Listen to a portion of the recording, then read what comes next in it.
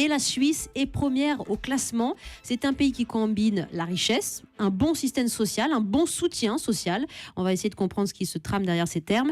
Le bonheur qui se lit aussi dans le rapport entre la population et l'effet des politiques publiques. Bonjour Florence Servan-Schreiber. Bonjour. Vous êtes un peu professeur du bonheur. Alors c'est bien de proférer et de professer le bonheur ici. Auteur de 3 kiffs par jour aux éditions Marabout. Mais je disais, on est dans une définition plus objective, avec plusieurs critères retenus pour cette étude. Vous allez nous dire ce que vous en pensez. D'abord, l'espérance de vie en bonne santé.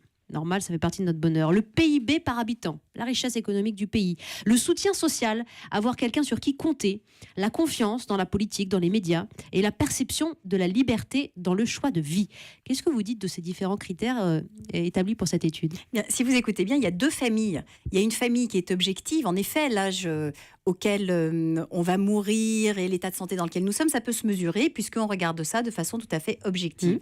Mais quand on parle, par exemple, du soutien social, qu'est-ce que c'est ? Les questions sont très précises. On va vous demander, lorsque vous allez mal, avez-vous quelqu'un sur qui vous pouvez compter ? Lorsque vous allez mal, avez-vous dans votre famille quelqu'un sur qui vous pouvez compter ? Donc à ce moment-là, les gens vont répondre oui ou non, c'est-à-dire qu'on va toujours répondre sur une échelle de 0 à 10. Oui. 0 c'est non pas du tout, 10 c'est oui parfaitement, et puis il y a un milieu entre les deux.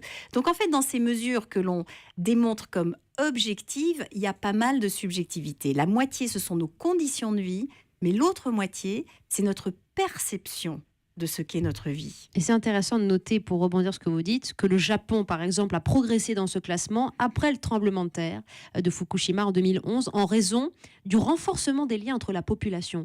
Ils allaient tous très mal, évidemment, après ce drame. Et puis, il y a quelque chose qui s'est passé qui les a propulsés au rang de pays plus heureux que les autres. C'est étonnant. Oui, alors par exemple, si nous prenons l'exemple de la France, donc nous On est avons 29e, nous. Nous sommes je l'avais pas 29e, cité. donc je crois que nous avons baissé depuis le dernier classement. Alors, les gens, dans l'imaginaire, nous allons nous dire, c'est normal, nous sommes dans une crise économique, notre président de la République ne nous plaît pas tant que ça, donc nous avons bien des raisons objectives d'aller moins bien.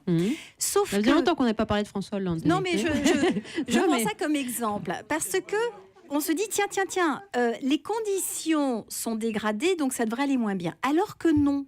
Bizarrement, quand ça va moins bien, on a plutôt tendance à se resserrer. C'est ce qui s'est passé au Japon, c'est-à-dire qu'à l'occasion d'une catastrophe, on pourrait se dire, voilà, c'est le désastre. Pas du tout. On se resserre, on s'aide, on se tend la main, on se parle, et à ce moment-là, ça va en fait mieux.